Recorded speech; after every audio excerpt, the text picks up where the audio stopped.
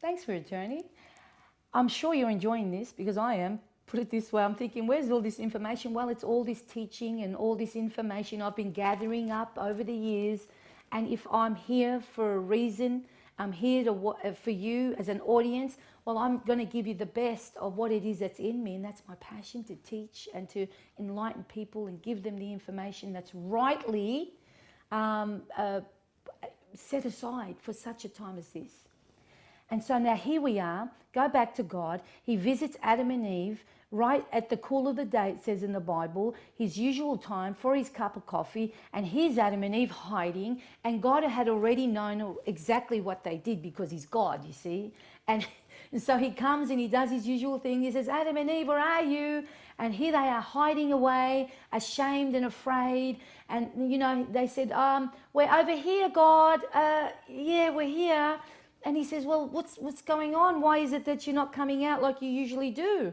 And they said, well, because we're naked. And he said, well, who told you were naked? And they said, well, it was like this. Eve comes out all, scared and waiting for, I suppose the worst thing for God to react in anger, and he didn't.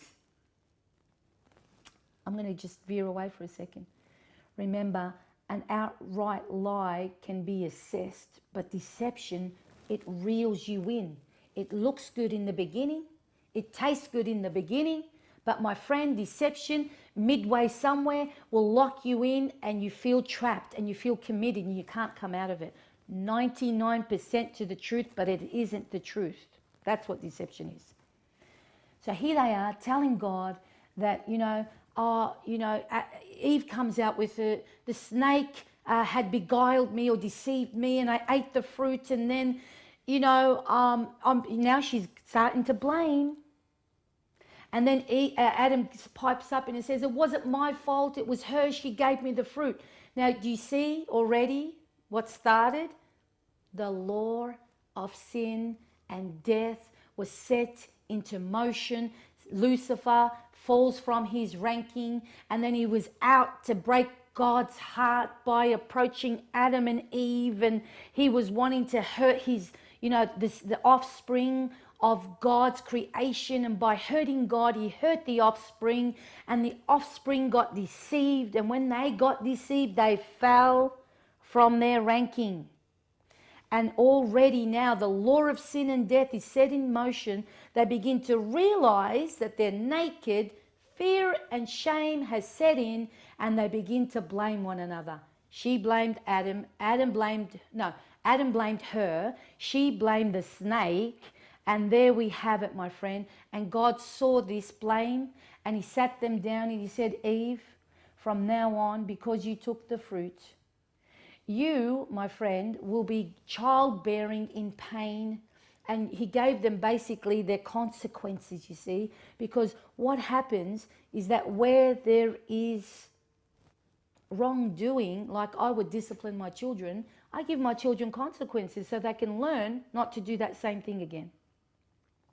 And then he said to Adam, Adam, from now on, you're going to work hard, and you are going to be toiling and making or working hard to earn a living.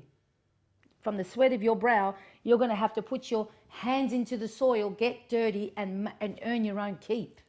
Then he said to Lucifer, he said this to him, from now on, you are what they term the God of this world. What world? This world that we're living in. And that you have got a transfer of dominion and authority from Adam and Eve. And you, my friend, now it's all war.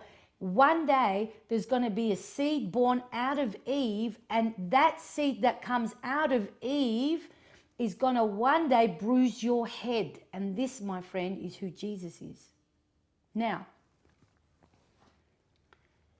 there's been a transferal of rights and dominion and authority. And now Lucifer gets called the God of this world.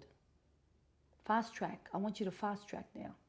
So the law of sin and death comes along, and people now start getting born out of Adam and Eve, and they start to build a family. Obviously, they had in the Bible what they call around 900 children. That's a lot of children. And the first person that ever committed an actual murder was Cain and Abel. But I'm going to go forward now and just go past all that for a sec. And I want to take you on a journey about why Jesus became the law of sin and death for you, my friend.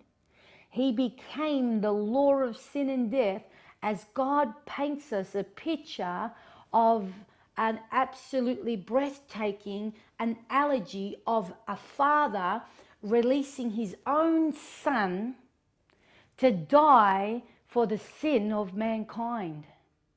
Let's go back again. What does the word sin mean? It means missing the mark.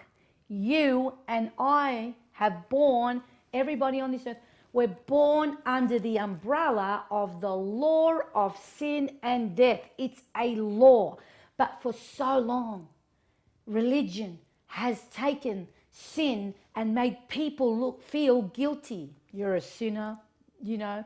God's not going to like you because you sin all the time, and how could God even look at you? You go to the church once a week on a Sunday, you do your rosary beads, or you do all the outward appearances of what looks like religion, and it comes with a guilt factor, you see. And God's folding his arms going, I never said any of that. This is not the truth. Can someone go and tell these people the truth? And that's why I was born, my friend. I was born because, part of me growing up, I loved information. I always wondered within myself, why are we created? Why do we have hands? Why do we have, why are we created as human beings? Who's God? I always loved information. And I'm telling you today that if I'm speaking to one person out there that's hanging on to their hope rope, at the end of your hope rope, I'm telling you this morning that it is time to understand that God has not forgotten about you, my friend, that you were born for a reason, that it's not time for you to give up hope. You are born for a reason, and it's time for you to reconnect with your maker, your creator, the one who loves you, the one who's made you and formed you for a reason. You're not a mistake. And again, I'm going to emphasize this. You are not a mistake. I have this in my heart. I see someone with a tissue crying right now saying, oh my goodness, you're talking to my life right now. You're a woman and you're crying. I'm going to say this again. You are not a mistake. Well, it was wonderful having you with me today along this journey with the Hope Rope series. Thanks for watching. My name is Pastor Susanna Brown. If you need more information now, don't hesitate. Give me an email. Give me some of your feedback, as long as it's positive. www.hoperope.com.au. Thank you for watching. It was wonderful having you. See you next week.